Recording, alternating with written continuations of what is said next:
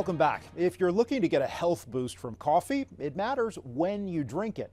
A study by the European Society of Cardiology found morning coffee drinkers had a lower risk of death from cardiovascular disease and a lower mortality risk overall when compared to all-day coffee drinkers. One possible reason is drinking coffee in the afternoon or evening disrupts the body's circadian rhythms.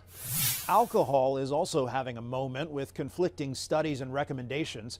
The World Health Organization says all alcohol is dangerous and there is no safe amount. And the U.S. Surgeon General wants to put a label on all of it, warning there are 7 different kinds of cancer linked to alcohol.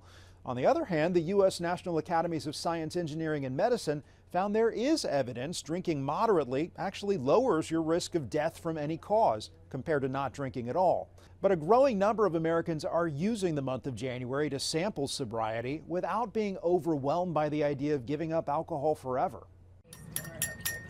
This old-fashioned is a new recipe made from a non-alcoholic alternative to whiskey. Julie and Reed Robinson are co-founders of an alcohol-free bottle shop in Richardson, Texas. I stopped drinking about 3.5 years ago. At first, Julie attempted to go dry-ish. I was going in with just a plan to still be a mindful drinker.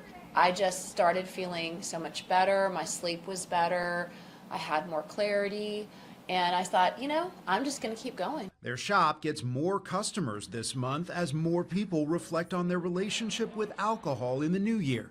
Jessica Benovic is a psychiatric nurse practitioner with the Cleveland Clinic. She says the health benefits of not drinking short term are huge. You immediately, patients feel better, their sleep is improved, concentration, memory levels are better, your blood pressure comes down, your cholesterol levels come down. We know alcohol is a depressant, so it immediately boosts your mood. It helps with anxiety and depressive symptoms. For those that are trying dry January, but they find that they do have a drink, what's your advice?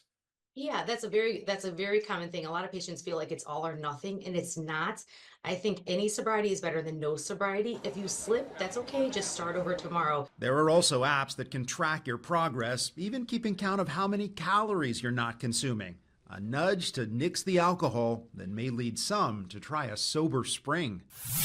Coming up, a new best friend for seniors with dementia and the health repercussions that can come from multitasking.